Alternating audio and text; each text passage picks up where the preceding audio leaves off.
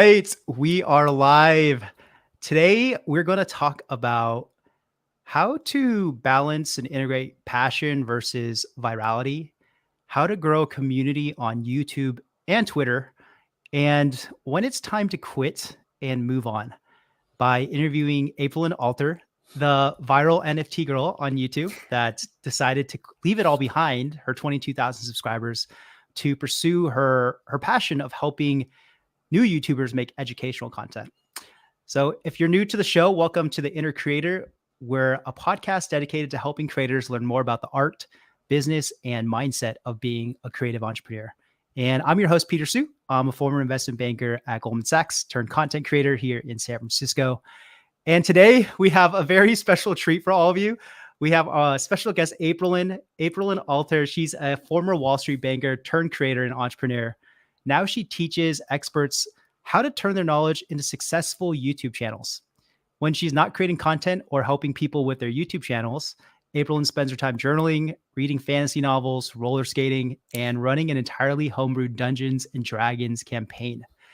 And I think I'm super stoked for this conversation because I think I'll have a lot to learn. Everyone that's listening, if you're a new creator or if you're looking to decide on your niche, you're trying to balance your passion with practicality, or if you just want to learn how to grow, like what Aprilynne did, her Twitter account to 19,000 followers, her YouTube channel to over 20K subs in a few months, and how to just restart. I think this will be a really, really interesting conversation. So April, thanks so much for joining the show. How are you today? I am good. I'm so excited to be here and just chat. I think like long form podcasts are probably some of like my favorite types of like content that exists because you get to like go so deep into certain things. So I'm just like excited to chat and hang out. Nice, nice. Well, just to get it started, can you tell us like what's your favorite YouTube hack that most people don't talk about? Cool. Well, this is kind of a boring one because I would say people do talk about this, but I don't think most people do it right, and that's keyword research. I think like so many earlier YouTubers are just like so focused on like trying to copy the larger YouTubers. And like most of the traffic that the larger YouTubers get is from either being like recommended on YouTube through their browse features, through the home pages, or from suggested videos. So you see a lot of smaller YouTubers try to like copy the titles and thumbnails of the larger YouTubers and like, well, it's not working for me. YouTube isn't recommending my content. And it's because when you're smaller, YouTube doesn't really trust you as much. So what works for the bigger YouTubers isn't going to work for you. Instead, you have to like do other types of strategies, namely for the most part to target search results in order to get your name out there in the first place. And I think a lot of people do keyword research wrong. So I think that focusing on the right kind of keyword research can really help like elevate your YouTube channel from the very beginning. Got it. So more for a newbie, is focused a little more on search and uh, you do keyword research correctly for demand and competition. Nice, nice. And well, I think like what I'm super curious about, I think a lot of listeners out there and a lot of your subscribers on YouTube, on Twitter, they're probably really curious. I'm sure they might have seen your videos on, why you built your NFT channel to 23,000 subscribers and why you quit it, basically. Um, Before we get into all of that, can you just kind of take us through that journey of how you even got into YouTube? Almost even starting at like when you were in Wall Street. Oh boy. Okay. Way back. We're taking it way back. Okay. So I went to college for a hospitality program, but like the vast majority of the graduates from my program didn't go into hospitality operations; they went into finance. And so like I came in and I saw everyone else going into finance, and I'm like, okay, well, I should also go into finance. Like that's what everyone else is doing. That means that it should probably be what I'm doing too. Um, so I kind of like went into that track and, got the internships and did the interviews and I landed in Wall Street. Um, but once I was there with my full-time offer, I realized that like, crap, this sucks. Like this just really, really, really sucks. And I was there. I remember it was like a Friday at like 7 p.m. and I was on a call with one of my directors, and she had been, working at the bank for like decades, and she has a family. And I was just realizing, like, man, it's 7 p.m. on a Friday night, and you're on this call with me, and you've been just like busting your butt for years to get to this position of power in this company, but you're still here with like an entry level analyst at 7 p.m. on a Friday. And this like light went off in my head of like, man, if this is what success looks like in this company, I don't want to be here. I don't want that to be my future. I don't want to keep grinding up this ladder to only to be on a call on 7 p.m. on a Friday with an analyst. And kind of like this light bulb went off in my head of like, okay, well, this ain't it. This is not going to work out for me. And I remember I was like having this like big internal struggle previously to that, when I was like considering if I should take a full-time offer from the bank, from Citi, versus like also had a full-time offer from a startup that I had worked for. And I was like receiving a lot of like information from people and advice. And I remember watching this one speech. I think it was like some sort of like commencement speech or like convocation speech from someone at Harvard. Um, and the main takeaway from that was like quit often and quit early, and the value of quitting. And so there I was after this call at a 7 p.m. on a Friday, and I made the decision to quit my job on Wall Street. Now I'm like glossing over a lot of the things. I'm sure we'll get there. And so I quit my job. I had been working on like my own thing on the side for some time during that part, so I decided to go full time on that. I had like a service that connected students with internships at startups, so I went full time on that. And at the same time, I wasn't really one to put like all of my eggs in one basket. I had like learned about the idea of like small bets, put different eggs in different baskets, try out a lot of things, increase your surface area for luck. So I was like, okay, I'm not just going to do this, I'm going to also try to do other things.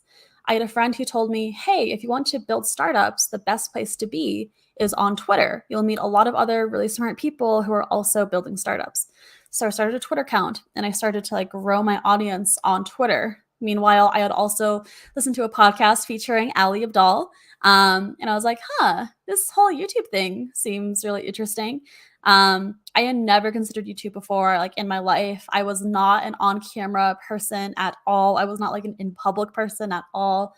But I was like, I like bias to action, might as well like try something new.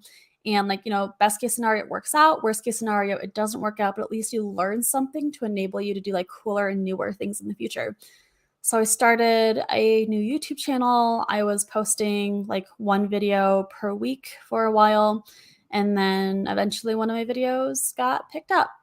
And my channel kind of blew up. And I guess I'll stop there. I don't know if that was like a good enough overview. I glossed over a lot of bits. Yeah, no, your journey to, because I remember when we were in PTIA, you basically, I feel like you had like 200 subscribers or something, and then like I think it was like December, and then all of a sudden your NFT for like video blew up, and then you had like you got monetized like in a month. It was crazy. Yeah, it's. Can you kind of take us through? Yeah, like what for you? I think a lot of YouTubers, a lot of creators, um, they want to be able to grow that quickly. How did you, I guess, what would you say were some of the like the best things you did to grow your channel? And then what would you say would be some lessons that you learned from that experience too? Cool. Okay, yeah. So first thing I did was simply, upload once per week. I feel like that's the advice that everyone hears when they're just starting out. Try to get one video out per week, and be consistent with that. So I was being very consistent with my content. I tried a couple of different things, not that many things. My first couple of videos were kind of about startup life and interning at a startup and kind of like what that was like. And they weren't really doing very well. So I kind of switched the content into some of the content that I was doing well on Twitter, which was like how to Twitter content. But they also weren't doing very well on YouTube because apparently no one on YouTube cares how to grow an audience on Twitter. People like to stay platform native. So the one video, I guess, like then came the video that now has the most views on my channel, the video that got me monetized, the video that kind of like hoisted me up into getting into the crypto niche. And a lot of things I did differently for this video. First of all, like I completely changed the way I was doing my titles and my thumbnails, completely re-engineered them. I followed like a title format that was recommended to me, which is like how to blank without blank, which for me was like how to build an NFT, how to make an NFT collection without experience. I really worked on my thumbnail so that my thumbnail and my title kind of like work together to tell a story. Within the video itself, I changed my lighting, I changed my framing. I learned how to edit for that video. I was using like very basic editing for my previous videos, but on this video, like I got super deep into all different types of cuts and like text and images and icons and transitions and animations and music and sound effects and color grading and like all of these other things I was really brand new to. It took me 26 or 28 hours to edit that video, like because I was learning all these new things. So that was pretty crazy.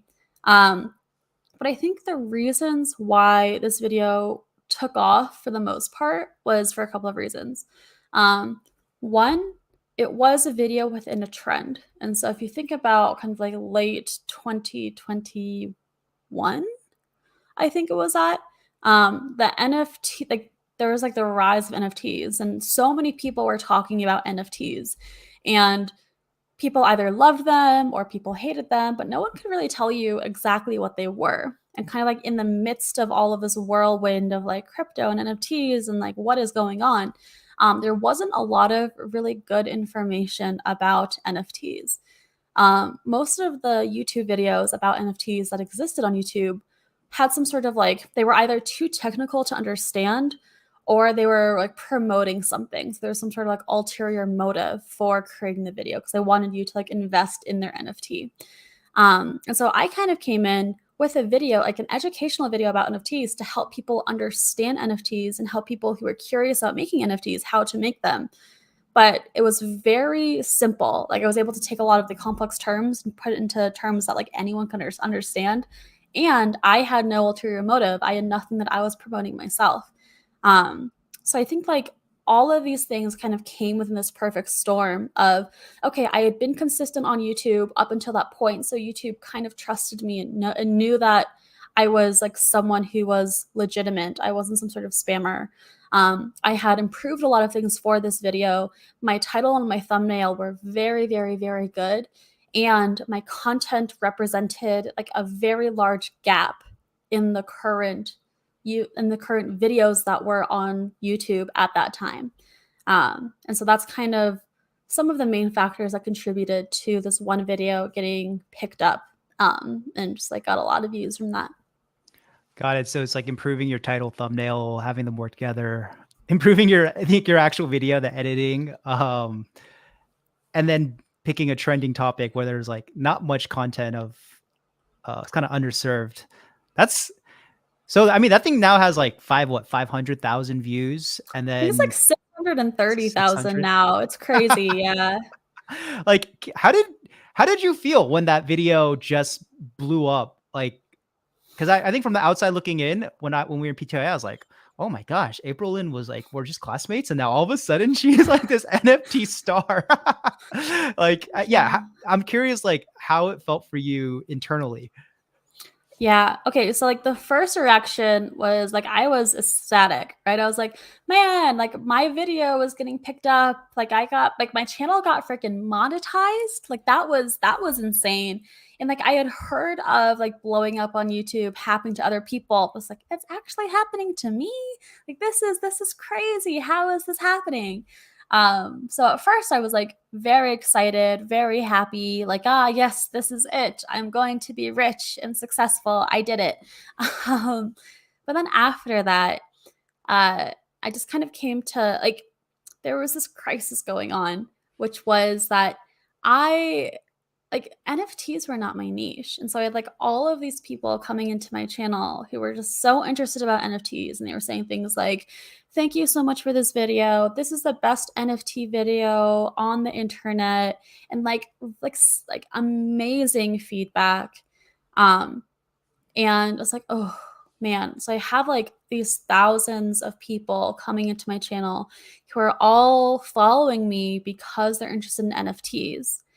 And so I was kind of faced this choice of like, do I niche down to blow up? Do I niche down into NFTs and kind of like ride this momentum and like follow this to wherever it goes? Or do I keep creating the type of content that I was creating before that I enjoyed making, but that wasn't really getting picked up, that wasn't really being successful on YouTube? And that was like a very, very tricky crisis, one that I know that you're dealing with firsthand right now, Peter, because you have a video that's blowing up, which is awesome. But that was like a really, really, really tough decision to make. And I was truly clueless and didn't know what to do. And that was like a pretty scary point. So I'm like, I felt like there were so many ways in which I could go wrong. And I didn't want to like kill the momentum that I did have, but I also didn't want to set myself up for creating a ton of content that I didn't want to make.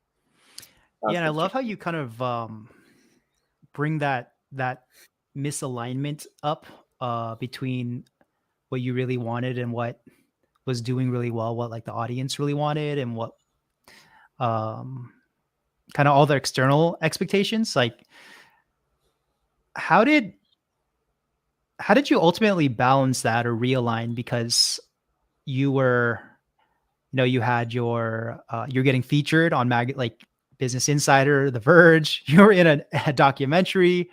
You were offered like a $60,000 consulting gig, and you were about to launch an NFT course. Like, it almost seems like a really interesting movie where the protagonist has like an inner conflict, and the deeper they go into it, like the more they're misunderstood for who they are. Like, everyone loves you for something else that you actually aren't aligned with.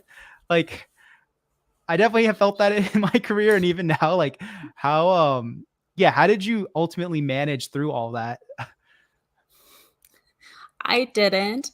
um, yeah, it was weird. I kind of did feel like I was in a movie, because like the amount of opportunities that I got from it's like a spoiler alert, I ended up niching down into that niche, and kind of became like a rising star within the NFT world. And it was wild. Again, like you mentioned some of the things that was happening. And the weird thing is that every single time I got like a like some like a news reporter reaching out to me to interview me, or like crazy consulting offers or anything else, my first reaction is like, oh my gosh, Business Insider is reaching out to me, they're going to feature me, this is incredible. Then my next reaction would be like, but it's about NFTs. Great. Like that's cool. And I 100% felt like, I was definitely succeeding in one definition of the word, but I was not succeeding as myself.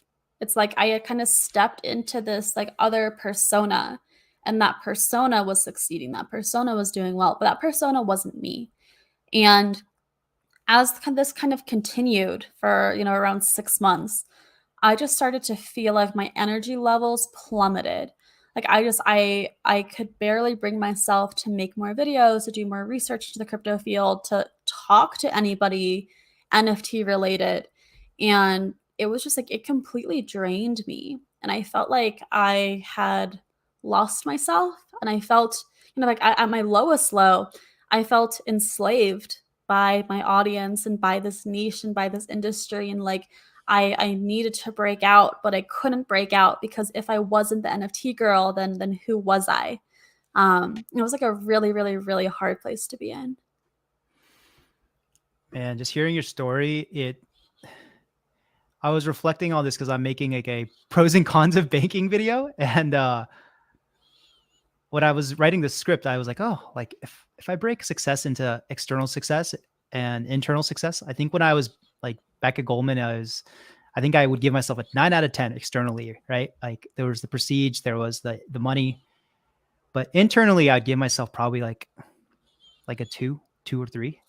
And then, but when I left finance to do music, to pursue my dream to be a musician in LA, my financial success, I'd probably put it at a 1. My external, maybe like a 6.5, like 7. But my internal, I was like a 9. So it's that tricky. I still struggle with it today. And we were talking about it yesterday. But how do you, like, now that you've kind of gone through these cycles, like what do you think is the best way to balance between and align that external feeling and that internal feeling, like of being kind of the same person versus like a pseudo self? Yeah. At this point now, I'm pretty non-negotiable, and I have to do what feels in alignment with me. I have to do something that's aligning with my internal goals. Like, and I will not compromise on that because I've already compromised on that twice. First, when I went into Wall Street the first time, and second, when I became an NFT YouTuber. And both times ended badly.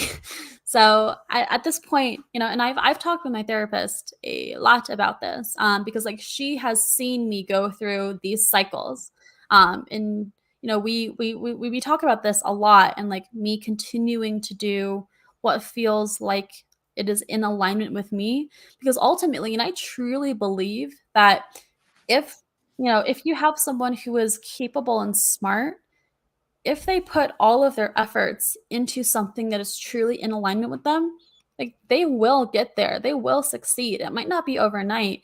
It might not be immediately, but it will happen at some point, because I truly do believe that there is some sort of power that just comes from doing something that is in alignment with you, and the motivation that you have, the intrinsic motivation that you have to do something. No one can ever beat that if they're just trying to do it extrinsically, if they're just doing that because of external goals. So you have one like heck of an unfair advantage if you're doing something because it truly aligns with you that no one else has.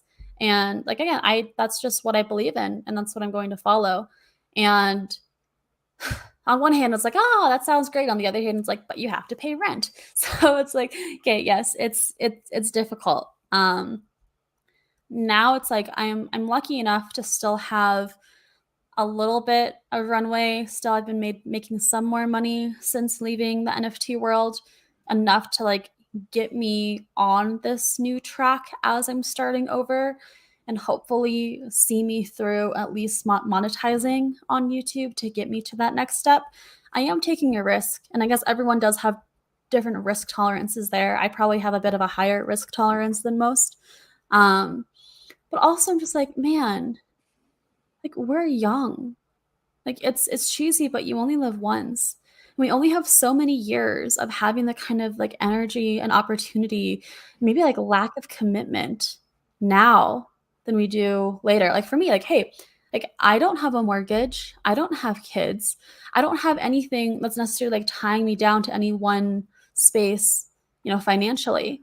So this is probably like the only time in my life, the only window of time in my life that I have to pursue what I want to do with this amount of vigor before it gets much, much harder.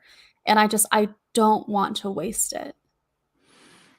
Yeah, you're when I was learning more about all your whole journey to being a creator, I was also reading for figuring out my own kind of niche dilemma, like these essays by Paul Graham, like the Y Combinator, the Mhm. co-founder, and he had an essay about like should I start a startup in college, and then his advice was sure to answer no. Um, he's met like hundreds of founders and of all ages from different backgrounds, and his whole thing was like for him in college, you don't just learn just about building a business or getting a job. It's about other things, about like life, relationships, like traveling, seeing the world. And his whole thing was like breadth first, especially when you're younger, and then you can go depth first later.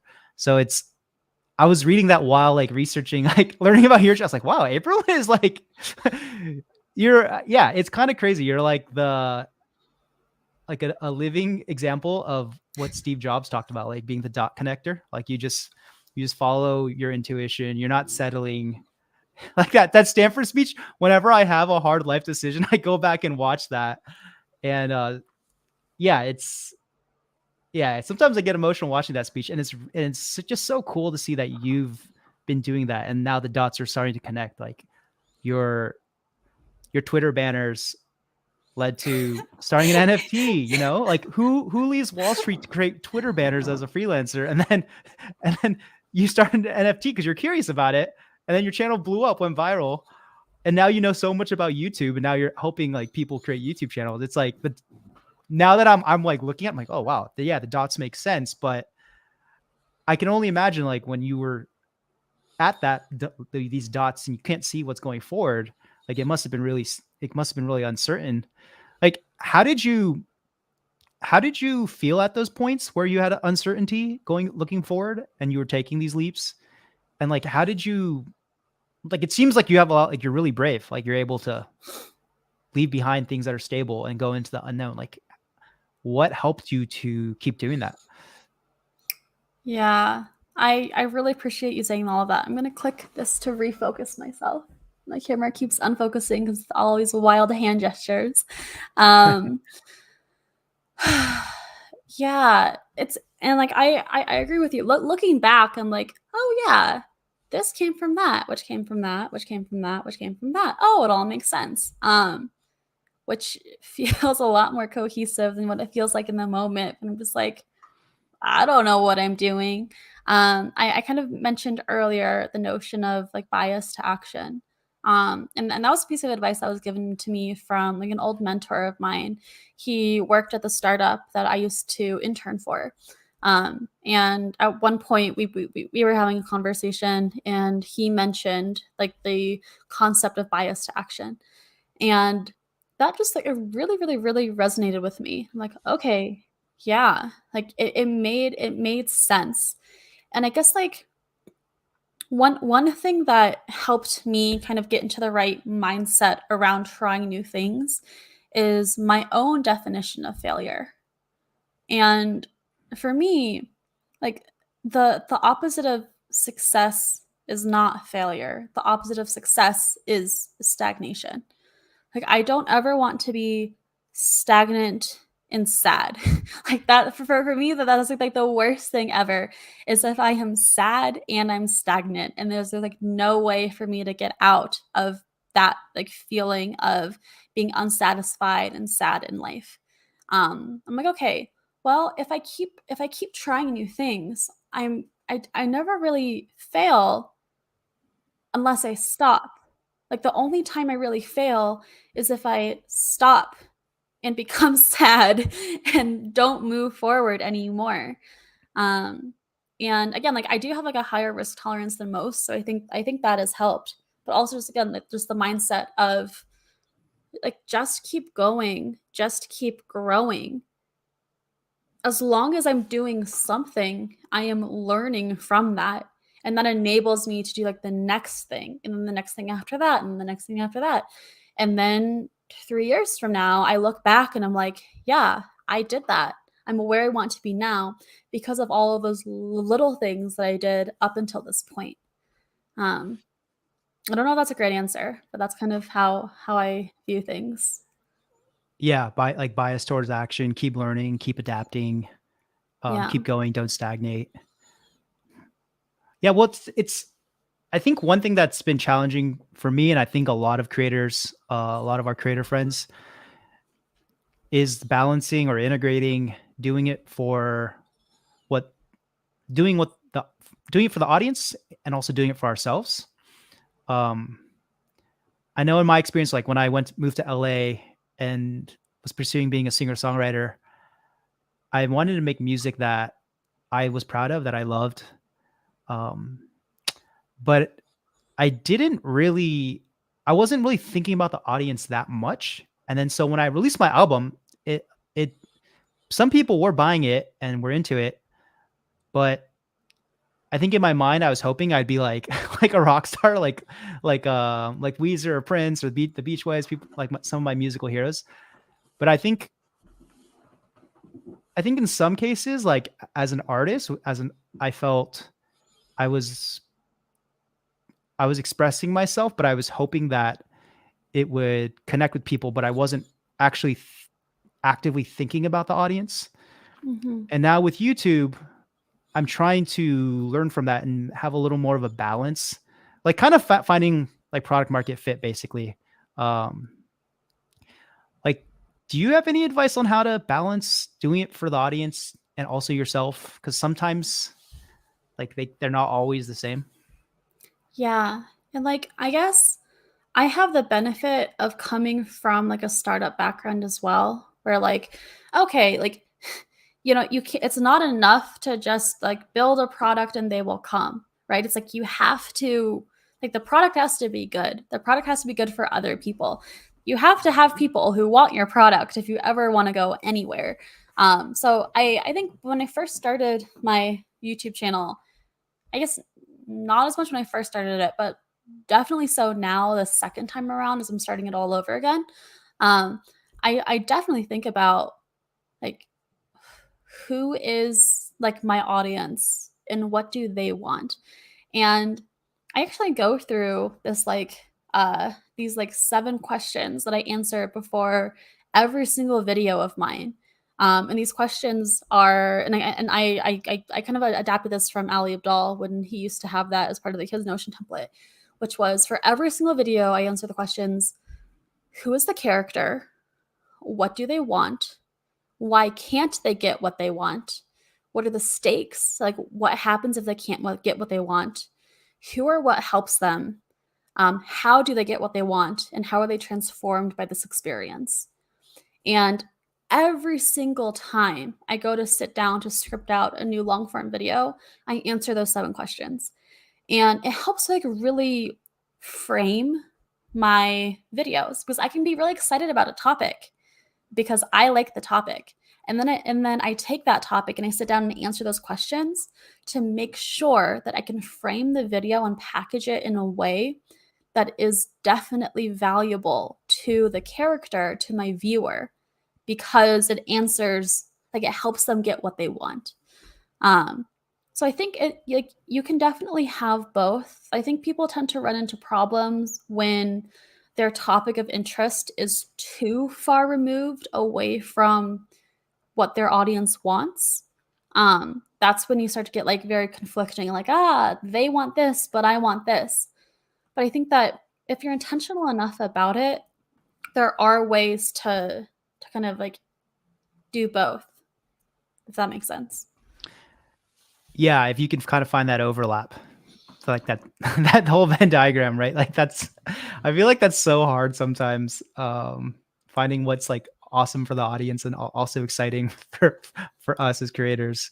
But it's cool to see how that you've done that with your new channel, like helping educational YouTubers. Like, can you take us through how you ultimately landed on that as the sweet spot where it converges on what you're in, as what where you can really help people and it's what you're excited about?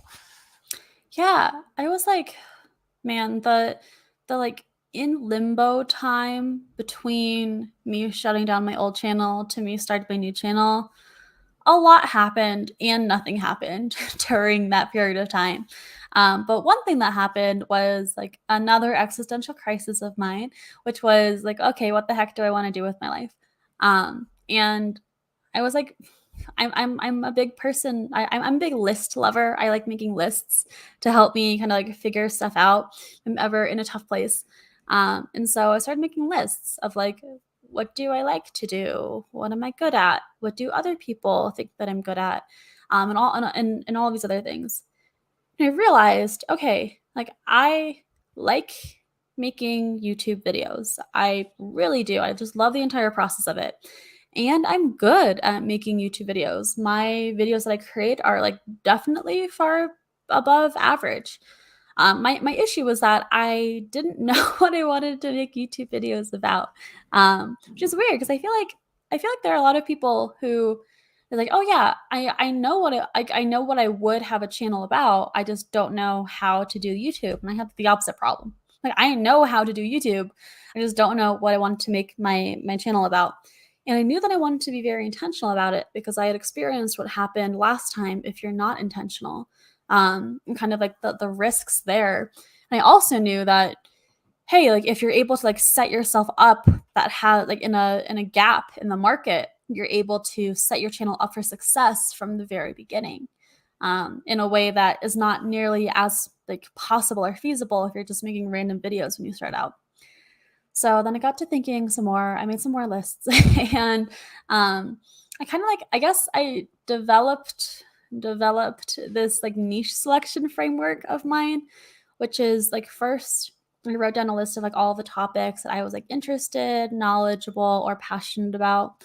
And then I went through each of them. It's like, okay, for each of those topics, do I have enough like interest and knowledge about them to be able to create one long form video about them for a year? Like one long form video per week for a full year.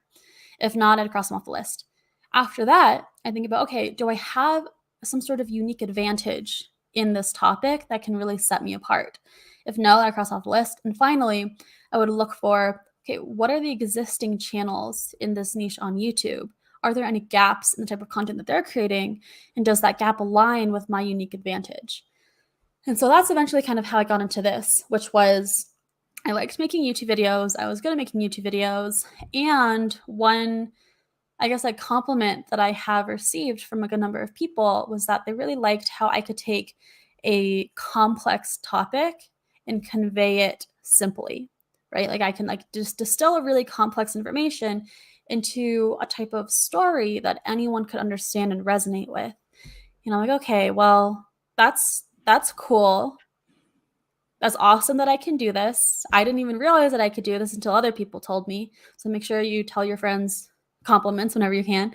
And I was like, okay, well, like how can I combine this with YouTube? Which like eventually, again, like through that whole process, I kind of realized, okay, hey, I feel like there are lots of people who exist out there who are experts in something. You know, maybe they've been a software dev for 10 years. Maybe they're a product manager. Maybe they're a professional plumber. Maybe they just know how to like braid hair better than like anyone else. Regardless, everyone has something that they can teach. And I know a lot of people who are interested in like converting that knowledge into like some sort of YouTube channel or content and building a personal brand there. But not a lot of people know how to like take knowledge in brain and turn that into like engaging and educational content. It's like, okay, well, can I help them do that? And I have helped people do that before in different ways through like workshops or just like consulting. I'm like, okay, well, can I turn that into like a full YouTube channel? So that's kind of where I am now. So wait, when did you launch the channel? I know you have the like a big you have a big hairy audacious goal of Yes, yes, I do. how when did you launch and how do you feel having such a like an intense goal of of what getting Yeah. monetized in 30 days, right? That is like a mic drop Yeah. goal right there. Yeah, that's a very ambitious goal. Feeling a little bit less confident in it now. I launched my channel on the 14th, on April 14th. So today is day 12. Um, and as you said, I put out this like huge goal, this like crazy goal of let's get my channel monetized in 30 days. Which if you don't know, that's you need 1,000 subscribers and 4,000 watch hours in order to be monetized on YouTube. I wasn't concerned about the subscribers part because I felt pretty confident that I could get there. I don't know why I felt confident that I could get there. I think in part it's like, okay, well, I do have an existing Twitter audience. Some of them are interested here. Plus, I've been releasing daily shorts as well. And I know that shorts are a bit better at like getting more subscribers than long form videos are. So I was like, okay, I think I could get to the 1,000 subscriber mark within 30 days. The watch hours are a lot more, they're a lot more tough. Um, yeah, now, like I had this little I've been having a lot of existential crises recently. I had another one, not like a full-blown one, but I did have like a little breakdown last night Mm. where I realized how much pressure I was putting on myself to try to get monetized in this period of time. And it was paralyzing. Like to the point where like I've been trying to script my new like a new long form video for days now. And I just like I've gotten a hook written and that's it, like a hook and an outline. And I'm like, man, why is this so difficult? And part of the reason is like I've realized that so much of my time is being spent looking at my analytics, like far more than ever before, because I've been obsessing over this goal. And so whenever I would like get stuck in the script writing process, instead of just like sitting there and thinking and then continuing, I would just like quick open up my YouTube dashboard because I would just get this like dopamine hit, I guess, of like seeing number go up. And previously, it's like, okay, like I would get that dopamine hit from scripting a video, from accomplishing something. I'm like, yeah, but it's so much easier to just open YouTube Studio and be like, number go up. Yes, right. And if the number doesn't go up as quickly as you want, then it's like, oh, like you feel absolutely devastated, you feel heartbroken, and like your entire day is ruined. Um, so as of last night, I was like, okay, hey, I understand that I have this goal and I'm still going to try to get there, but I'm not going to like put my everything, like my value and worth as a human being into achieving this goal. I think no matter what, I am going to get like I mean, I know logically like, hey, it's in 14 days, I have almost 300 subscribers. Like that's pretty good. That's pretty good for like a brand new channel and I know That's this. amazing to get 200 subscribers in 2 weeks. That takes few people sometimes, like, people never reach that or, like, takes, like, a year or 2, like, that's pretty crazy already. Yeah. So it's like I know that I'm going to get close and that's going to be fine. And I've kind of like rearranged the goal in my head of, hey, by the end of this month, can my new goal be can I feel like uploading one long form video and 7 short form videos per week? Can that feel easy or easier than it does now? So that's kind of like a new like sub goal that I'm working for towards. Yeah, making the actual process easier. And for those listening out there, like quick shout out, like Asra, Live Joyfully Design, Shrek Lover, Dr. Amy's a Beautiful Brain. Like if you're watching this or listening, make sure you subscribe and help like watch a lot of Aprilynne's videos, share them, especially if your friends want to learn about YouTube. Like with yeah, that whole process thing, like it's so I was laughing so much when you're talking about YouTube Studio because now that my day in the life of a Goldman banker, it went. I think it has like 90K views now, which is like It's way more amazing. than my best performing video was like this Casey Neistat course review. It was like 2,200 views, and I was so excited. So this one's blown away all those other things, but I think one of the things I kind of knew about, but I didn't know what it would feel like until it happened was like the pressure, like what you're talking about. Now my expectations are like, oh, like I don't want to release a clunker that kills my momentum and kills the opportunity. And how long is this going to last for? And so Yeah, I've been checking my yeah. YouTube Studio way too much. So I had to delete it because yeah, instead of like finishing my script and shooting, I was like checking my YouTube Studio like 3 times an hour. It's like, okay, this Yeah. is not healthy. You got to change it up. Yeah, and like I mean I had one of my long form videos on my new channel start to get picked up a little bit. I think it has over 2,000 views now. Which is awesome. Again, like brand new channel. I've only been alive for 12 days. Um but like as soon as I started like the graph starting to do this, I was just like, okay, refresh, refresh, refresh, refresh. And just like losing so much time to that. And, again, like being aligned to this goal, like in my head, I'm like, okay, this video can get me there. So this video has to keep doing this. So as soon as I see that slope kind of start to flatten again, it's like, all of my hopes and dreams are shattered. And it just feels so bad. It's like, no, let's just stop it. Just stop it. Yeah, I was talked about this with Kate Choi a few weeks ago on the podcast, where she's a consultant and like vlogger. Um and she's had a few videos that got like 1 or 2 mil, like I think 1.5 million views. Like she's had a few viral videos. And I was asking her how she handles that, like, the crazy ups and downs.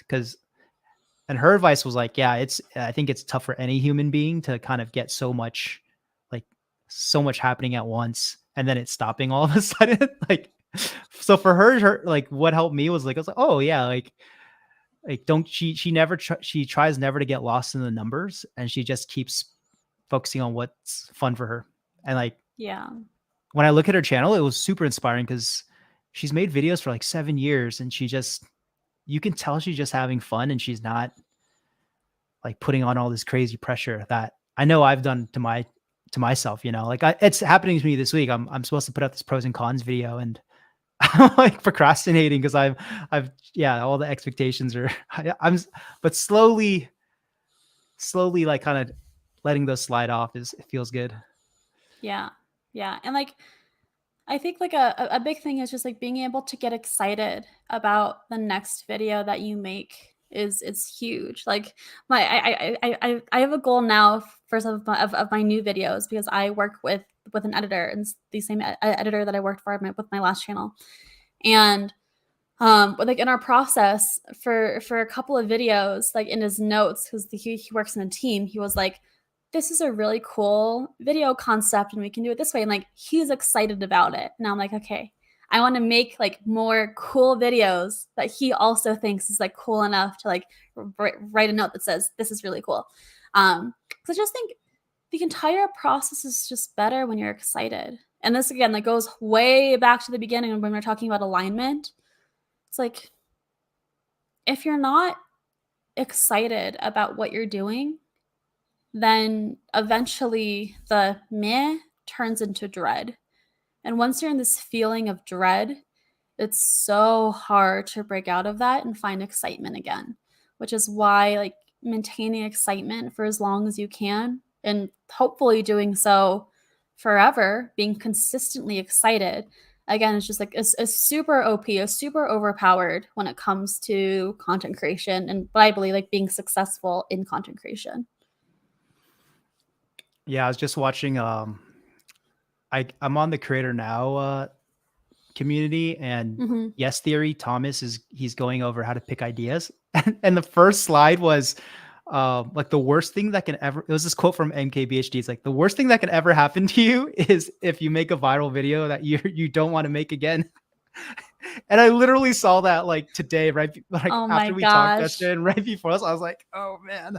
But I think Thomas's approach, is really refreshing to hear, because he talks about, yeah, like there was this point in Yes Theory's life where we really needed money, and there was a sponsor that came to us, but it just wasn't aligned with our whole mantra of like seek discomfort. So we turned it down. And like, yeah, hearing how he kind of could stay focused on why he originally started his YouTube was like super inspiring. And it kind of reminded me of what we're talking about now, and kind of your whole journey too. Yeah. Yeah. Well, can you take us through like with like what is a day or a week in the life like as a full-time YouTuber? Yeah, it's a good question. I have like a content calendar. I'm gonna bring it up over here on the side. So like for my content calendar, I have like, again, I want to create one long form video and 7 short form videos per week. And that's a lot of content. That is a lot of content to be producing. So I have like a content calendar that I try to stick to as well, like as strictly as I can, to be able to keep up at this pace.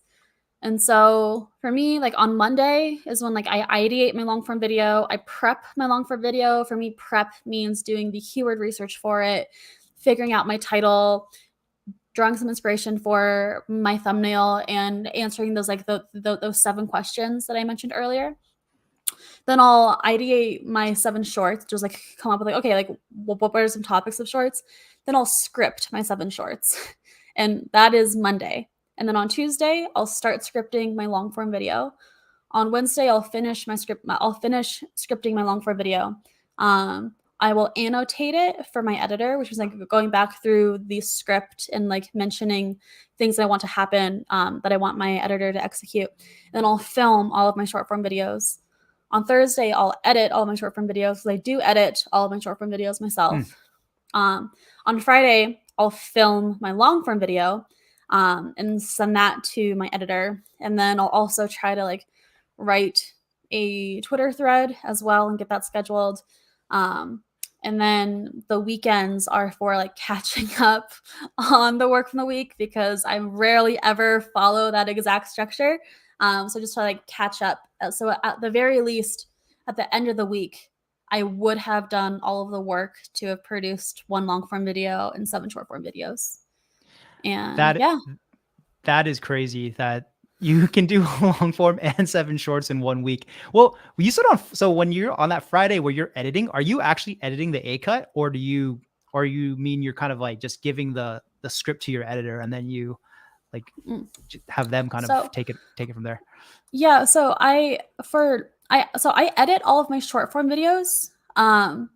But my long form video, I just send the raw footage to my editor and the annotated script.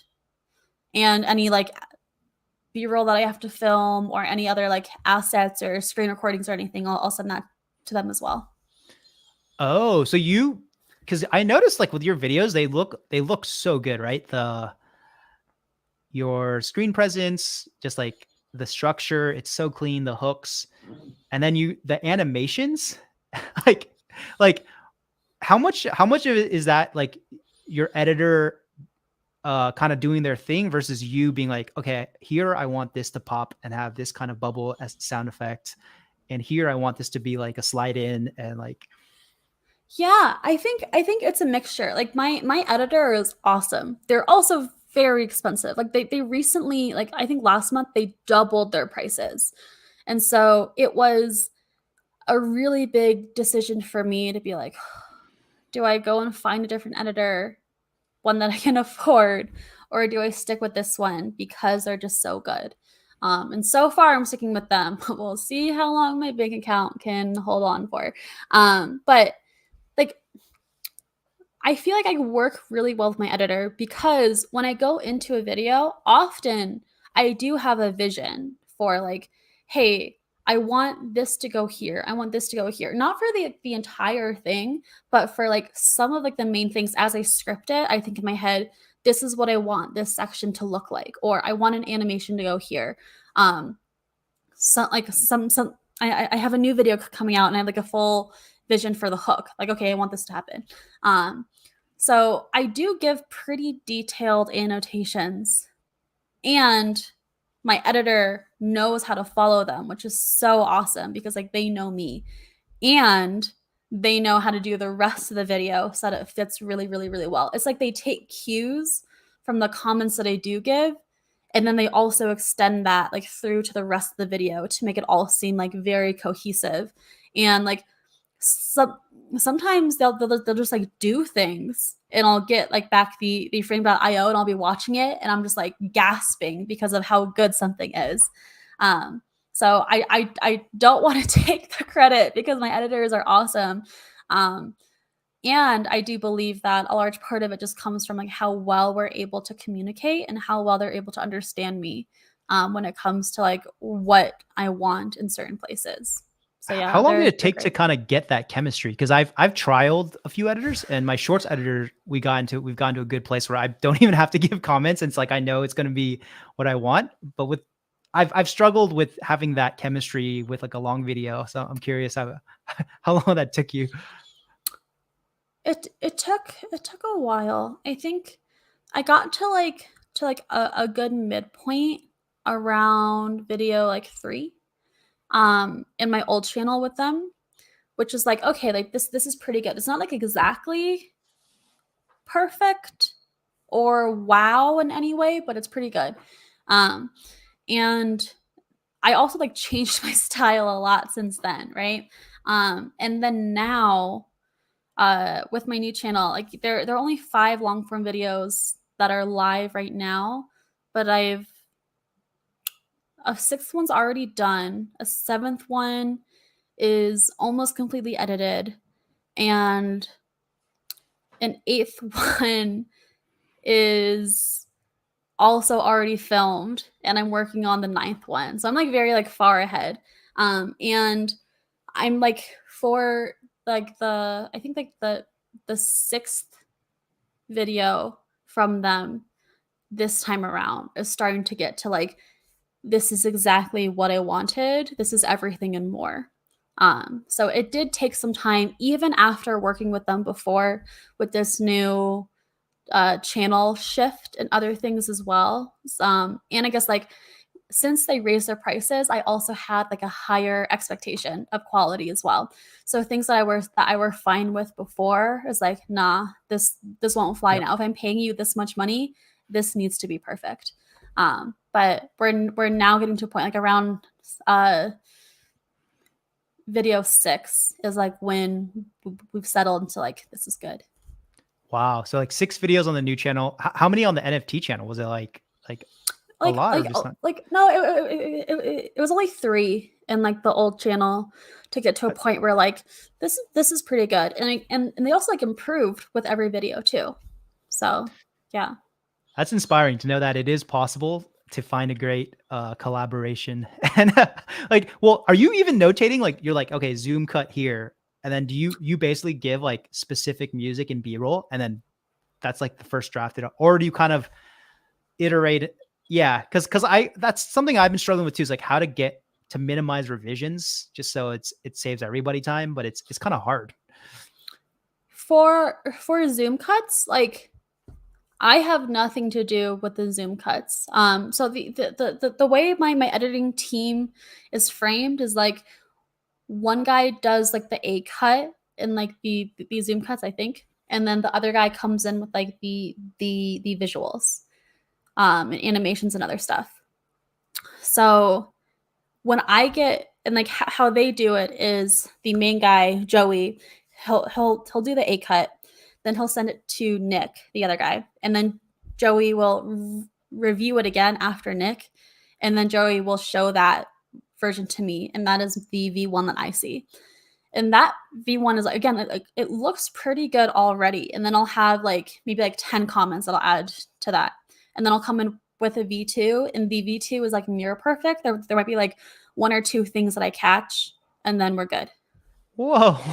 Wait, so but are you notating the B-roll and music like in the first script, and then they just edit that for V1?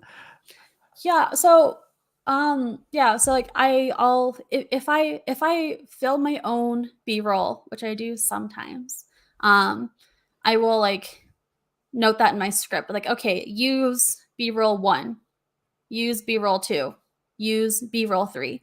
Of course, it's completely unedited B-roll, so they do all of that too.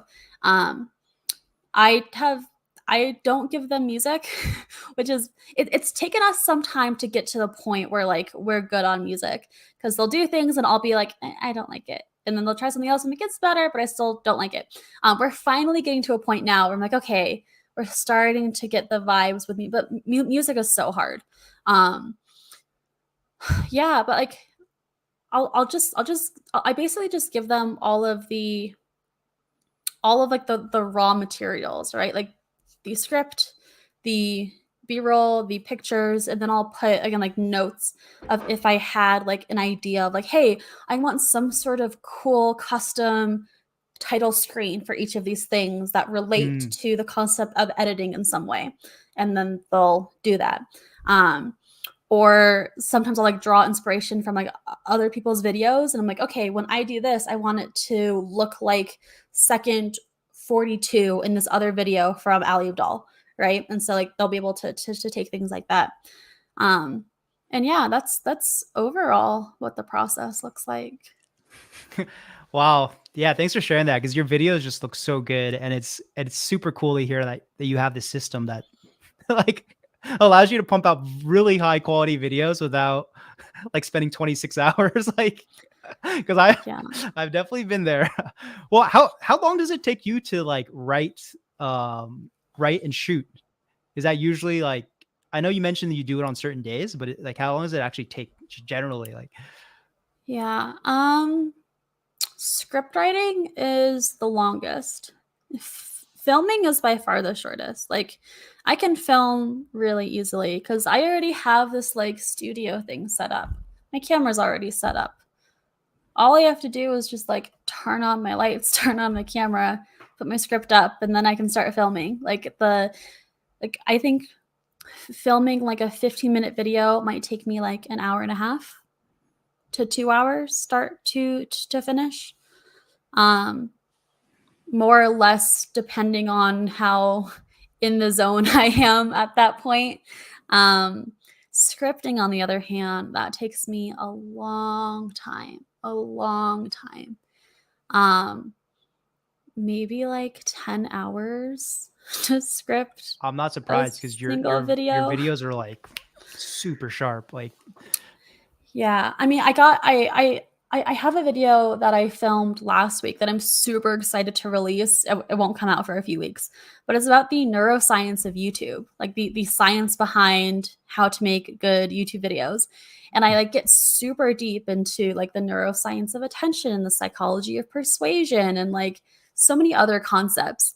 And it was just like that was just a fun video to write. And it's like I had to like research a lot too. And I used ChatGPT, gasp, to help me with the scripting of that video because trying to like go through research papers about neuroscience myself would have taken a lot longer versus being able to like use ChatGPT as like an aid, as like an assistant to help me through all of this. It helped cut down the process a lot. Like so, but that video took me 3 days to finish. One day of doing preliminary research and creating an outline with the help of ChatGPT. Day 2 to start scripting, and day 3 to finish scripting. So nice. Well, yeah. how did you use ChatGPT? Were you just like do you have them do the first outline like, hey, write me a YouTube script for this neuroscience of YouTube, or did you have your outline and you're kind of like filling in? You're like, okay, I need an example of a persuasion research. Like, yeah, I'm curious because I haven't really used ChatGPT yet, but I do definitely want to like use it as a tool to be more creative. Yeah, and I want to make a Twitter thread and a video on this topic because I think it's really interesting. But I actually Mhm. have so I have two ChatGPT 4 conversations going. Um, One is named Alice and one is named Clara. Um, Alice, I wrote to be my YouTube producer slash manager. So it's like she helps me go through like my niche and helps with like video ideation. And like once we come up with like a set video idea, that she'll help me like further refine that idea to the point of like I'll give her my 7 questions and then I'll ask her to like okay like fill in these 7 questions for this topic, and then I will take that and I'll make my own changes and then I'll give that to her as like okay these are the answers to these 7 questions.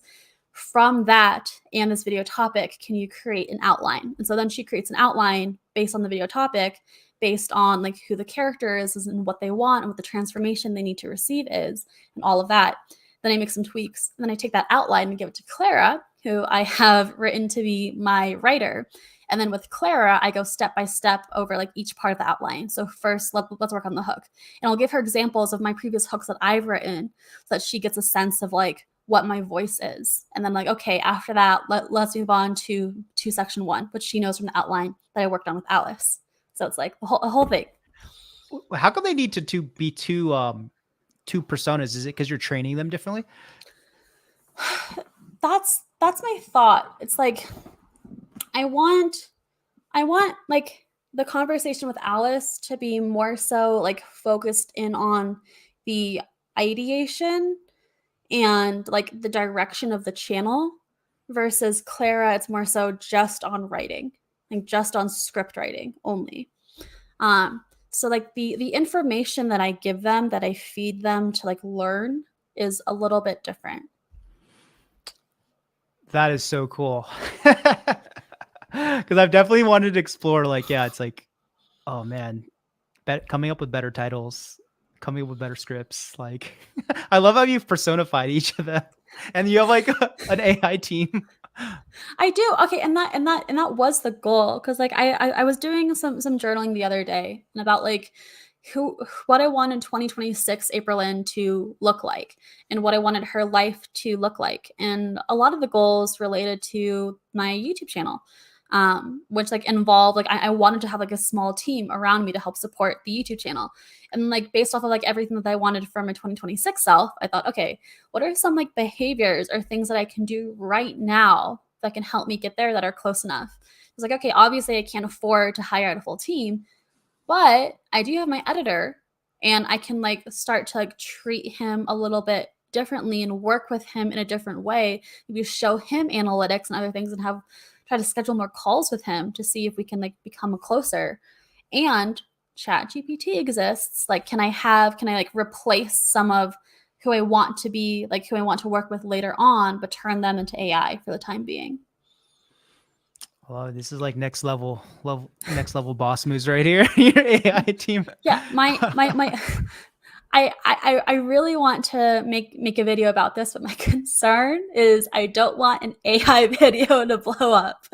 Um, I don't want to You're be the an AI AI girl. channel. No, absolutely not. Absolutely not. Um, but well, if it does well, it'll be I will write it so that it is very in line with what my niche is and very intentionally like, hey, this all comes back to what I'm doing. So that if it Yeah, blows up, the people who like it will like my core content as well. yeah. Like, so Thomas in the Yes Theory, he was saying if this worst case nightmare happens where a viral video goes off on a topic you're not into, like someone was asking, what do you do? And he's like, you just move on and go back to your normal scheduled programming. So that gave me some comfort. I was like, okay, you can do any topic. You just go back, and worst case is you unlist it. Like if it gets too crazy. Well, Yeah, for sure. with with your YouTube, like I noticed that everything you do looks very visually appealing. Like you have this aesthetic, like and I know you people were paying you for Twitter banners. Like, how did you come up with that sense of taste and design? Because I think a lot of us YouTubers, especially ones that are making our own thumbnails, like, Ollie talks about either you use a template with some color theory going on, or or don't try to be a designer if you're not. Like, so sometimes I feel like, oh man, I think my thumbnails are like, they look like I'm trying to be a designer, but your thumbnails actually look really well designed. Like, how'd you learn that? um, well, long story short, I've always been an artist. Like I've been drawing, sketching. I took private art lessons when I was in school for like 5 years. I'm primarily an oil painter, so very different from like digital illustration. Um, but I kind of like understood shapes and colors, like from just like being very artistic as a child. So now it's like when I made my Twitter banner, like my first Twitter banner, I was like, how do I do this? I had been using Figma because I had been designing the like landing pages for my first startup way back in the day. Um, and for some reason, Figma just really made sense to my brain. The idea of like vectors and like, everything is a shape. Like literally anything is a shape. Um, and just like amount of like putting all of like the shapes together, which makes like the the the big picture. So when I was making my Twitter banners, it felt like art to me. And I was like, oh, like I'm painting, but I'm painting digitally. And that's kind of like what it felt like. Um, so I got pretty good at using Figma from developing Twitter banners. And then after that, when it comes to like my YouTube channel, I don't know. I think I'm just like I like pretty things, and I think I'm pretty good at making pretty things. So it's just like I don't want to like say like, oh, I'm just good at it, but kind of like I just kind of have a sense of when things tend to look good versus not. That's not a great answer. It's not a very helpful answer. No, I get it. But Sounds it's like you're an honest, I artist. think. Yeah, if you're being honest, you just kind of have it. Well, it sounds like you're an artist naturally, and then you took classes and you've trying to train your eye too, and then you've done it a lot Yeah. as well as kind of have it. Like it seems like there's a lot of nature, but some nurture too, which is encouraging. Hmm. Well, Yeah. kind of like shifting gears to monetization.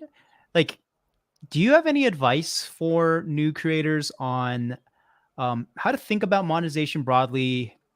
Oh, if it's within sponsors, like how to best reach out or negotiate with sponsors.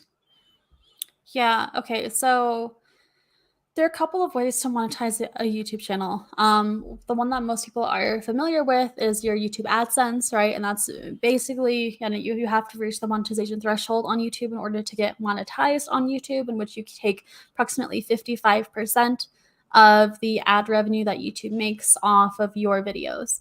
That the ad revenue that you get is dependent primarily on a number called your CPM, or cost per mil. That is the cost that advertisers pay like per 1,000 views on your video. Um, so depending on your niche, like your niche and your location, determine your CPM. So if your primary audience is based in like the US or Australia, you're going to have a higher CPM than if your primary audience is based in India or Mexico. And so it's like a very, very rough estimate is like CPM times number of views times 55% is like around what you'd make. Very, very rough Yeah. estimate. So that's CPM and that's your ad revenue. But the biggest YouTubers like view their ad revenue as a bonus, right? Because like the main monetization potential of YouTube is like, wow, you're getting all of these organic leads. You have attention. The question is, where do you direct that attention to that you're getting? Your ad revenue should just be considered like a bonus. The real thing is, what are you doing when you get that traffic? Um, there are a couple of options that you have here. So your affiliate links. Those are pretty typical.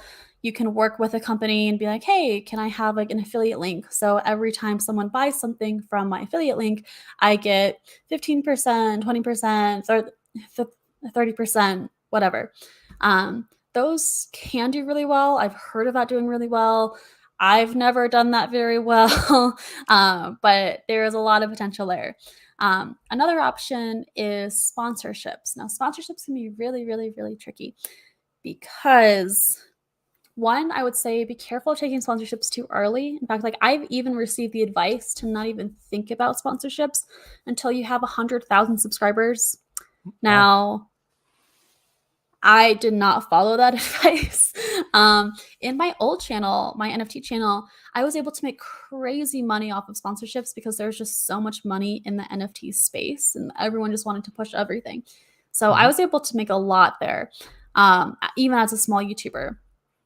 But when you're super small, I would probably, I would, if it were me, I wouldn't take a sponsorship if I was under 10,000 subscribers. Because I think at that point, all of the focus should just be on growing your channel and building up more trust with your audience. Whenever you do start to think about sponsorships, make sure that it aligns with you and that you're not going to be breaking your trust. The number one currency in YouTube is not views, it's not subscribers, it's trust. So if you lose that trust, it's game over. Everything's done. And you have to be very, very careful about what kind of sponsorships you accept. because if you break that trust, you're done. I've never actually reached out to someone being like, "Hey, can you sponsor me?" It's always been inbound for me just because Mhm. of like the crazy niche that I was in. But in general, I've heard that it's a good idea to like do outbound and offer, especially if there's like a company that you love and you use yourself and you would love to promote in some way, shape, or form.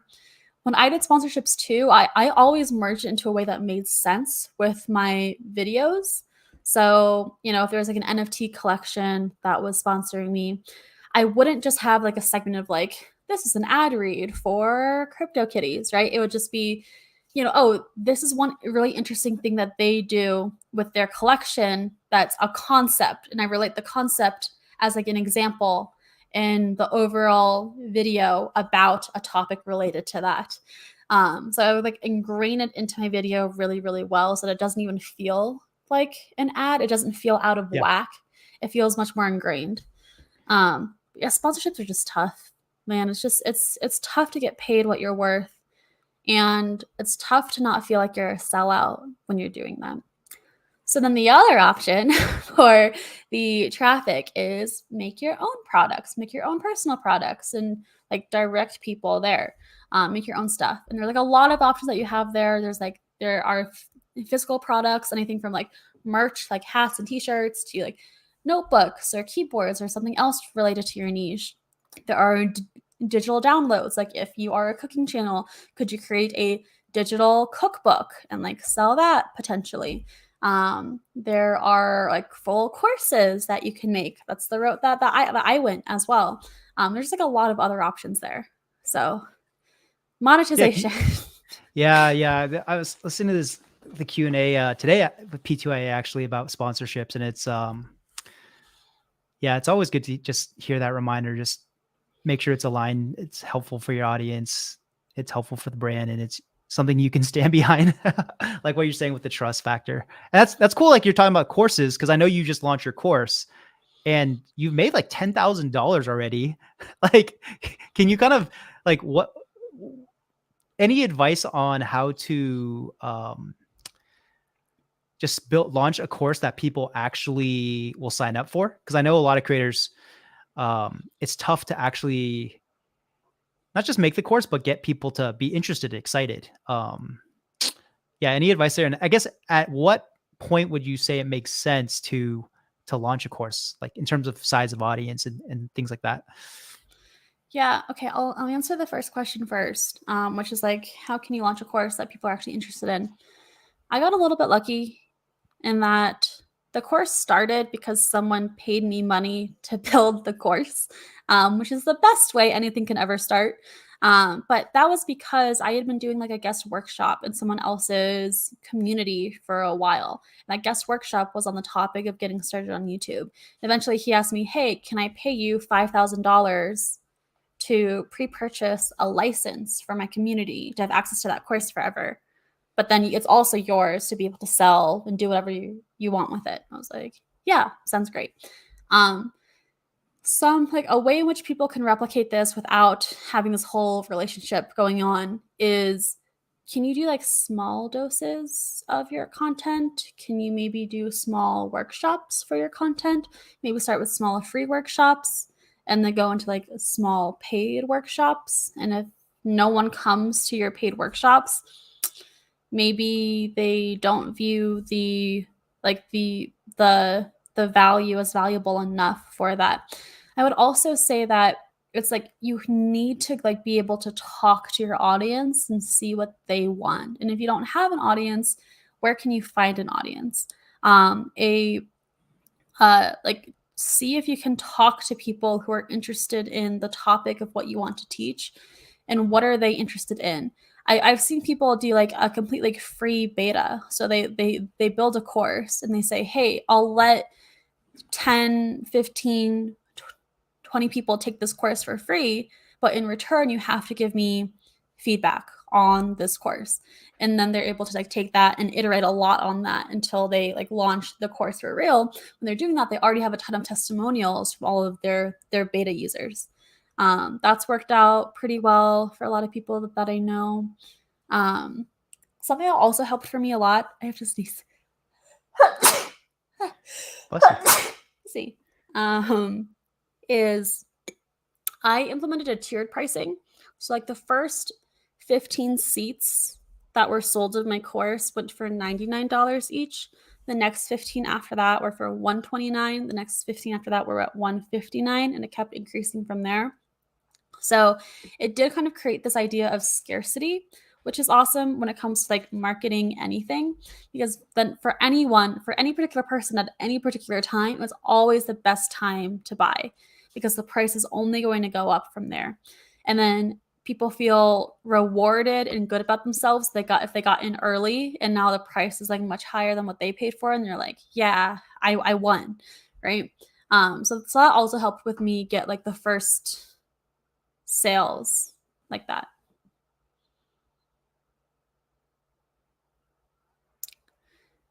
Let's see. Oh no, are we still good? Did I lose you?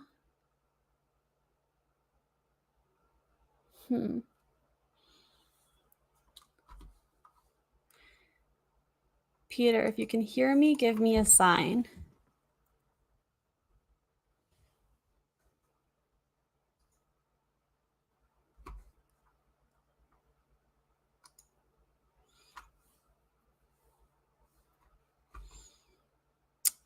Oh no.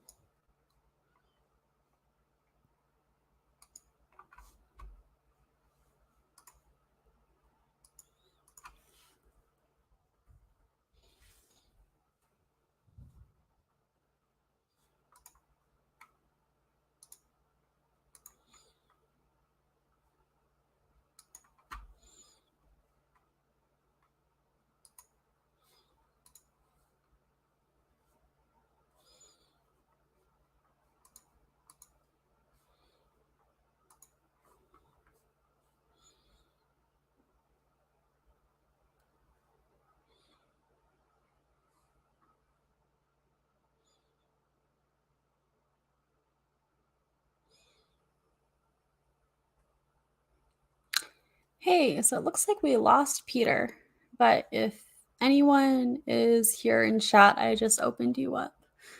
So if you want to say hi, feel free. I don't know where he went, but hello, I don't know if y'all are still around. Jim, Amy, Azra, but hi.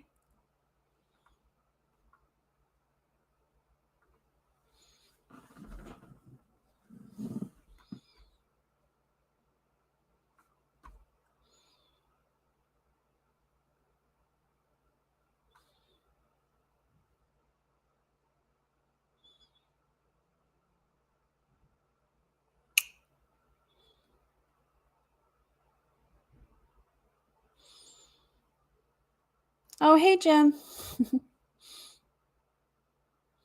Yeah, if you have any questions, let us know who your editors are. The tech gods are angry. I heard something, Mercury is in retrograde, so that might be what it is. I saw you ask who my editors are, and I will show you. Here, I'm gonna put it in the link. I actually have a coupon code for them. So if you're interested in, and I think they might be doing some free demos now. I recommended that they do some sort of demo if you're interested. If you have any questions about them, let me know. If you want a coupon code, also like DM me on Twitter and I can give you one.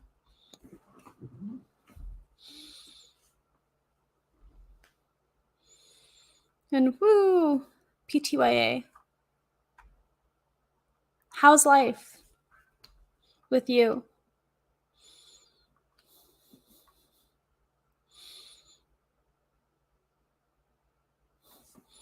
I'm going to check my phone in case Peter messaged me, which he may have.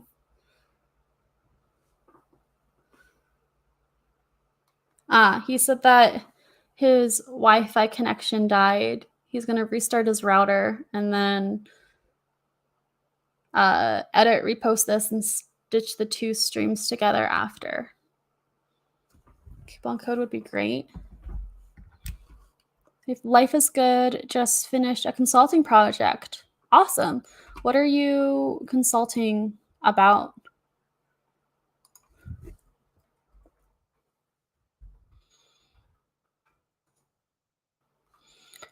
Trying to get back into YouTube and other stuff? Yeah.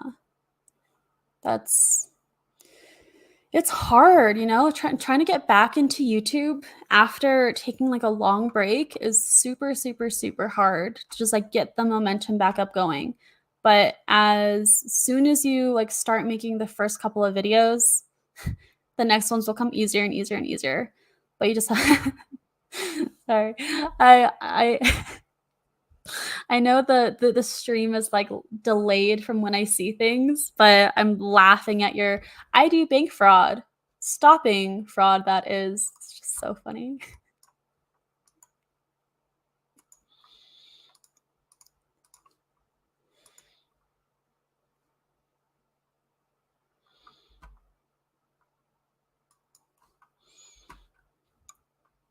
Trying to find the coupon code for you.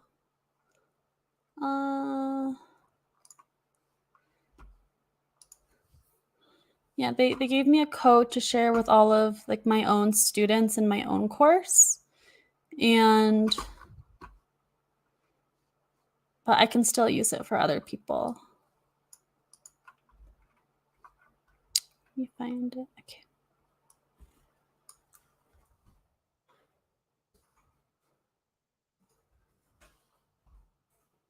There. Okay. I just put the coupon code in the chat for you. So save those if you're interested in. Been wading into the pool slowly with writing, gonna build up to videos again. Nice.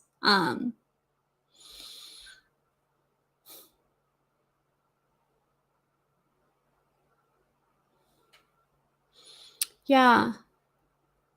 Something that really helped for me too is like getting a lot of videos ready and done before I launched my new YouTube channel.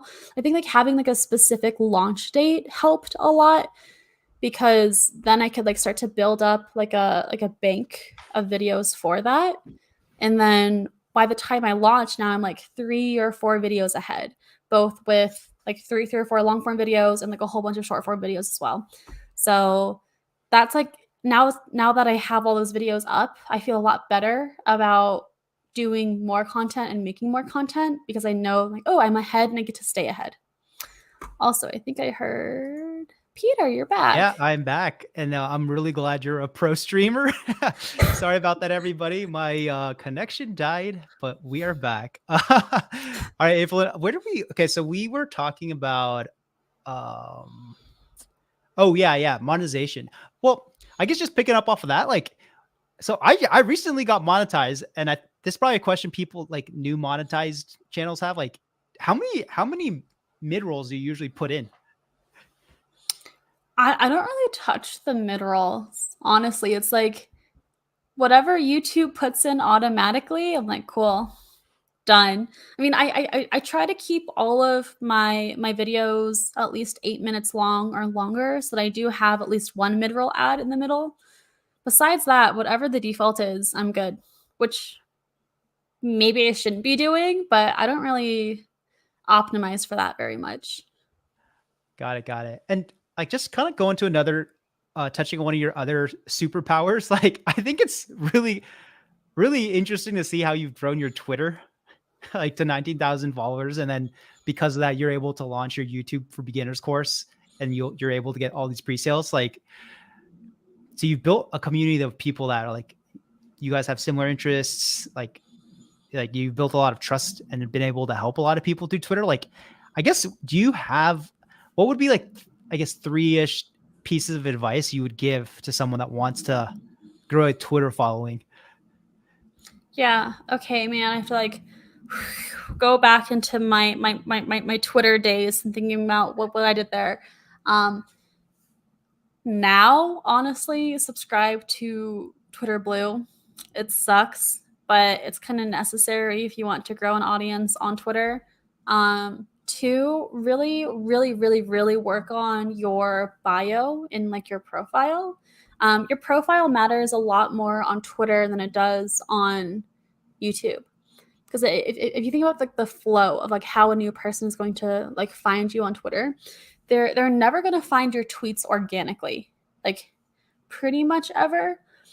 If you're brand new, instead, it's like you're going to comment something interesting on someone else's tweet. They're going to say, this is an interesting tweet. And then they're going to like scroll over your profile picture. So the profile picture is what they see first attached to your tweet. So that has to be something that looks somewhat professional or friendly or whatever that you're going for. They're going to scroll over that, and there's going to be like a little display that comes up which shows your bio. So your bio has to be interesting enough for someone to feel like they want to click on you. So you have to really work on your bio and show like don't just talk about yourself, but talk about what you tweet about, like what your content is. Then after they click on your profile, they're going to see your banner. So that's like, the first impression there, whatever your banner is. And they're going to scroll through like your pinned tweet and the first couple of tweets that are on your timeline. So your pinned tweet should optimally be something that shows some sort of credibility. So your best performing tweet, or like your best tweet in your opinion, or a tweet that's representative of the type of content that you create. When you're just starting out, I would recommend doing one thread per week, tweet every single day, and comment on other people.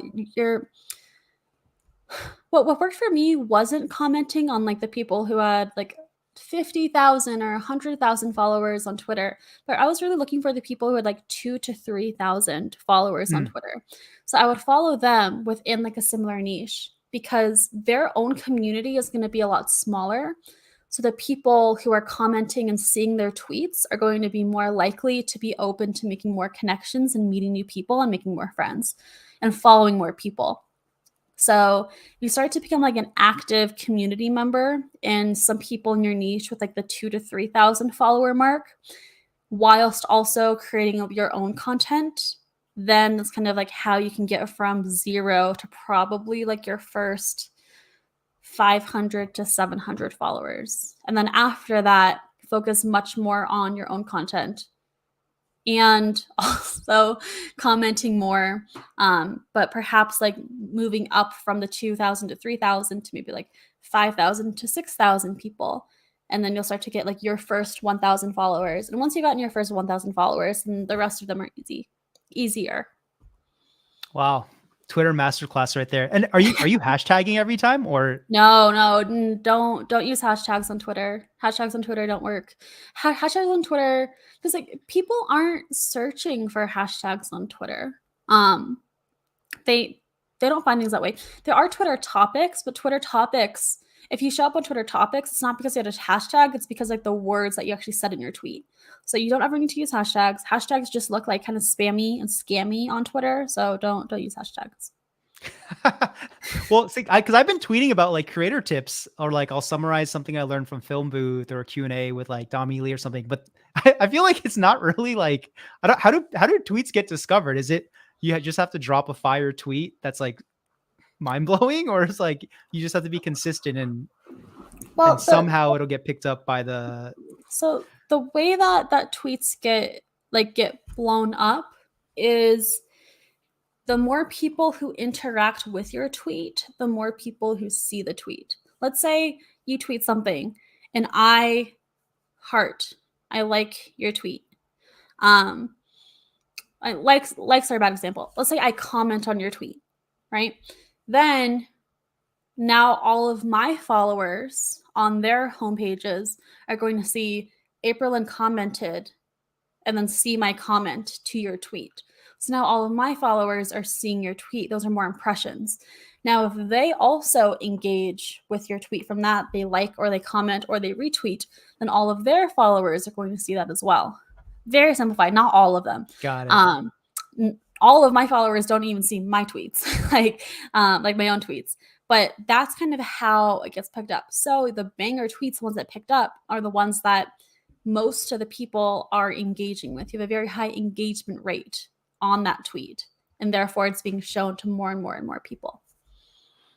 Got it. Thanks, Jim, for coming in. So I'm back on the tweeting on the like Twitter threads. Do you have to do anything special besides just adding a new new thing, and then you just do like my top 5 tips on this topic, and you go 1, 2, 3. Like, Yeah, I mean, like, yeah, a thread is like you have to really, really, really focus on your hook because that's like the what shows up on your thread, and then whenever so you have that, and then when you're still in the draft form on Twitter, just press the plus and then hmm, do all your things.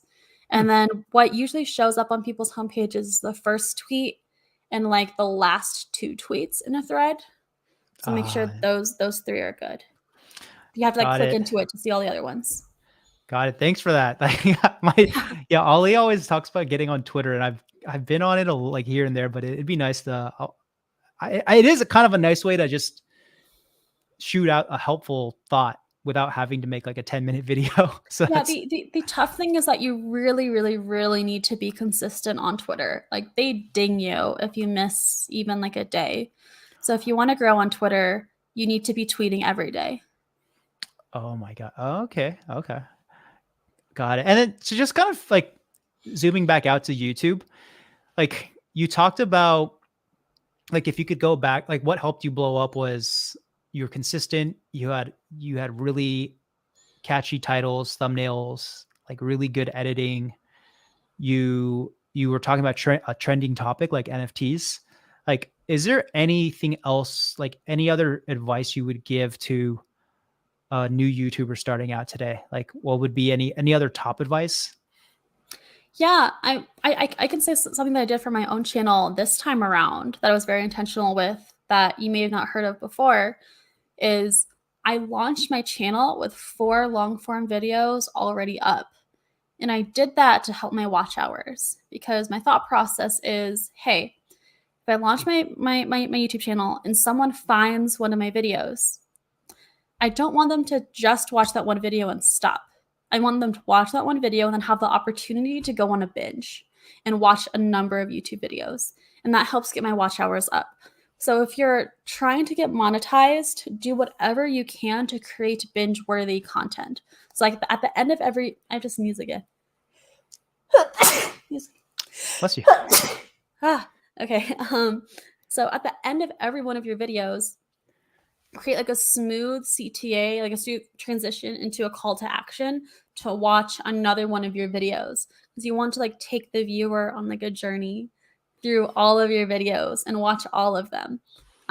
So that's kind of like again like why I launched my channel with 4 long form videos already up, which I haven't seen a lot of, but it's been really helpful for me.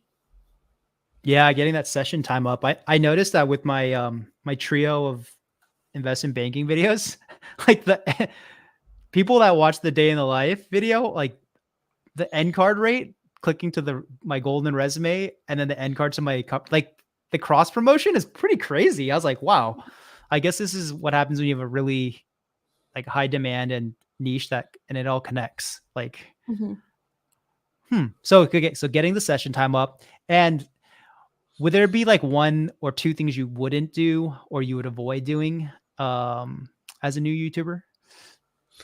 Don't be annoying.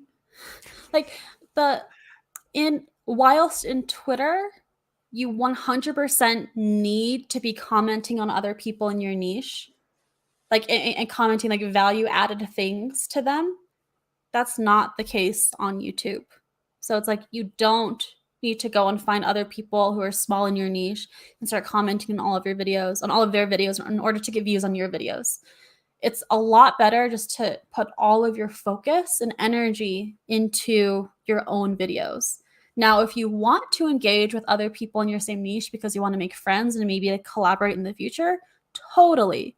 But don't comment as a way to try to get your own subscribers. It doesn't work like that, like it does on Twitter. Got it. Just avoid the sub for sub technique. Yes, absolutely. That's And a like good one. and also too, it's like the first time around, I just like plugged my YouTube channel and YouTube videos to anyone who would listen. Now I'm much more selective with the subscribers that I have. Like I don't want people to subscribe to my channel if they're not going to watch my videos. because all that's doing is just bringing down my click-through rate when I have a new video come out and it's on their homepages. If they're not interested in my niche, I don't want them subscribing to my channel. Which is like a very different philosophy I have this time around than the first time I started my channel. That's so cool to see you do a V2 with everything that you've learned blowing up. Like, and then yeah, that's really cool to see that because it's kind of rare. Like if Yeah. what would you say would be like the hardest thing about your whole creator journey? Mm, man, what's the hardest part about my creator journey? It's like, I think I have a couple of things in my mind right now. One is the finances are just tough, especially like because they're just so unpredictable. Um, Trying to like just dealing with that is tough, and trying to think about like, okay, how can I follow my dreams while also paying rent? Related to that, what I think is probably the actual hardest thing about the creator journey is being willing to like drop ship. Not drop ship, but like leave the boat that you're on. It's really, really, really hard once you're in a niche to realize, hey, this isn't right, and like change directions. Um, it's something that I talk about with my creator friends often. It's probably the most common complaint, not complaint, but most common tough decision or most common challenge that creators tend to have is, I want to change my niche, but I don't know how. Or I want to change my niche, but I'm afraid that it's going to kill all of the momentum and growth that I have, or it's going to upset my subscribers or anything else like that. And I think that like it's happened to me a couple of times. Each time it's so hard because of the finances, right? It's like, okay, if you already have so much riding on your current content and you're barely able to like pay your way through life through that, trying to change things up is just like a really big risk, and it's hard. And there's no one to tell you what to do. It's not like, a different type of job where you have a boss and you always know, okay, this is what I should be doing because this is what is in like the SOP. Like, this is what my boss is telling me that I need to do. You never have anything like that. And what works for one person might not work for you at all. And so you're kind of just like in this amalgamation of, I think this is gonna work, this might not work, I don't really know what I'm doing, I'm gonna try to do this anyway, this worked but I have no idea why this worked, and just like all of this stuff. And it's confusing and it's complicated, and you're never gonna have all of the confidence in what might work yesterday might not work today. And I'm rambling a bit now, but all of that I think is the hardest part of being a creator. Yeah, yeah, and like kind of related is when would from your experience, when do you know it's time to quit something versus change it up? Yeah, like it's like to quit or to pivot. Again, like the I or like to quit or to keep going. And like the best piece of advice that I've ever received or heard was quit early and quit often, because as humans, we have the ability to try out all of these different lives. Um, but you can only really get to the next life after you've died in the past life. So if you think about all of the lives that I've had, um, I've been a chess champion. I've been an artist. I've been a hospitality oriented person who wanted to go into hotel ops. I've been a startup hire. I've been a Wall Street banker. I've been a founder. I've been an NFT YouTuber, and I was a founder again. And now I'm a YouTuber in a different niche. And like all of these are like the past lives that I've lived. And each one I get closer to the life that I actually want to be living. But I can only do that if I've died in the past life and have moved on to the point where I can get to the next one. So personally, for me, it's like, okay, if you're quitting because something out of fear, because it's hard and you're afraid that you won't succeed, try to push through. But if you're quitting because you feel out of alignment, quit. Cut your losses, move on to the next thing, because there will be better things. And what are the signs of being out of alignment? Like, what are some questions that you would ask yourself? Or Yeah. A pretty straightforward one is like, if I were doing this or something very close to this 5 to 10 years from now, would I be happy? If the answer is no, then you're probably out of alignment. Just like also just like really pay attention to your energy levels too. It's like if you feel yourself being like drained slowly but steadily over time, the more that you continue to do something, you're probably out of alignment on that thing. If you feel yourself procrastinating a ton on doing something, it's probably because you're out of alignment. I mean, again, we all procrastinate on things, but I think like, you know, there's a line between I'm just procrastinating because I just want to lay on the couch right now versus I'm procrastinating and I've been procrastinating for a long time on this thing, and getting myself to do this thing seems really, really, really hard. It means that something that you're doing is out of alignment. I love that. And when you talk about letting go so that you can move on, for you, how do you know what to keep from your past lives versus and what to discard when you enter the next phase? Yeah, I mean, I keep as it's like I keep what I learned that's related to my next thing. I don't think I can break it down very cleanly, but whenever I like to think that every time I die, I start back up with like a list of, okay, what do I want to do next? Right. And those lists of all the things like, what am I good at? What do I like? What are all these things? I also like to make a list of of things that I have learned, like the things that I have learned from the past life. So like when I quit NFTs, I made like a large list of like everything that I had learned from that past life. And so now I can always like look back on that and be like, it wasn't all a giant disaster. Like I learned all of these things, which is so great. So like I kind of like I start from scratch every life. Like I don't not from scratch. I start from a clean slate with every life, but I use the past lives in order to fill that slate. If that makes sense. Yeah, love it. Well, I just moving into the rapid fire. Uh, so, what's your favorite piece of gear for YouTube? My light. I have this little, I think it's like a Falcon Eye LED light. It's about this big, and I can bring it with me everywhere, and it just like lights up a wall, which is really nice. Awesome. And 3 favorite YouTubers or YouTubers you like? Um, Ali Abdal, I think is awesome. Catherine Manning, I absolutely love, and who else? I really just watch those two.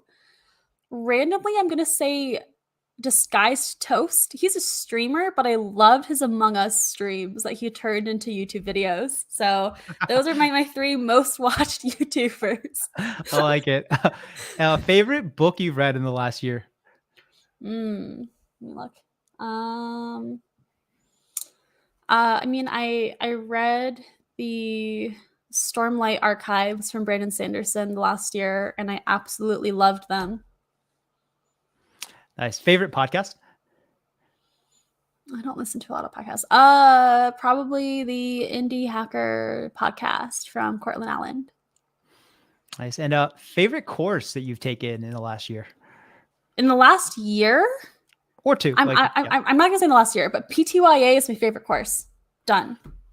Yeah, P2I is so good. It's just and so good. If your house was burning down, assuming your family's all safe, like what three things would you grab first? Mm. Okay. One gift that I have, which is Brandon Sanderson's Mistborn book. My boyfriend, for like our first date, for his first gift for me, he had like circled on every page a word or phrase that he thought would describe me. So it's like a very like heartfelt gift. I would bring that. Um, I would. What else would I bring?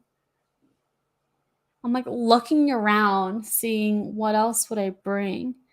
Um, that's like the most sentimental thing that I have. I feel like everything else is pretty replaceable. I would bring my computer actually because I do not have everything backed up. So if this dies, I'd be in big trouble. So I would bring my computer, and I guess it's like boring, but I'd bring my phone. I would need something to call 911 with. Yeah, I can't live without the phone. And favorite YouTube comments that you've ever gotten? Mm. It was probably from my old channel, which was just like, this is the best NFT video on the internet. Like that was just like very high praise, very high praise. And it's my goal to get a comment like that, but related to my current niche now on so like one of my videos in the future. For sure, for sure. And what does success look like for you? I have like a lot of things when I journaled like what my 2026 self looks like. But in a nutshell, it involves me being able to create value to the world in a way that interests and intrigues me whilst having the flexibility to take off, any amount of time on any day. I love it. And for a final takeaway, just for that one person listening out there today who's been following along with this conversation, like what's one thing that you hope they take away from this whole conversation? Don't compromise what's in alignment for you. Like never compromise on your values and on like what you want to bring to the table, what you wanted to impart to the world. It'll only feel bad when you move out of alignment. But if you move in the direction of your alignment, even if it's hard at first, things will be better off in the long run. Awesome, awesome. And for if anyone out there wants to follow you on Twitter, subscribe to check out your content on your new YouTube channel, sign up for your YouTube for Beginners course. Like, what are like the best links, best ways for them to stay connected? Yeah, on Twitter, just at Aprilynne Alter. That's me. On YouTube, it's youtube.com/at Aprilynne Alter. Again, do not forget the at symbol. If you forget that, then you'll get linked to my old channel. And for the course, it's just aprilynnealter.com. All right, awesome. Anything else you want to share today before we wrap up? Just don't be afraid to come and say hi if you want to. I promise I am somewhat friendly. Awesome. Awesome. All right. Thank you so much, Aprilynne. And yeah, this was just such a helpful conversation. I really appreciate it. Yeah, of course. Thanks so much for having me. Right.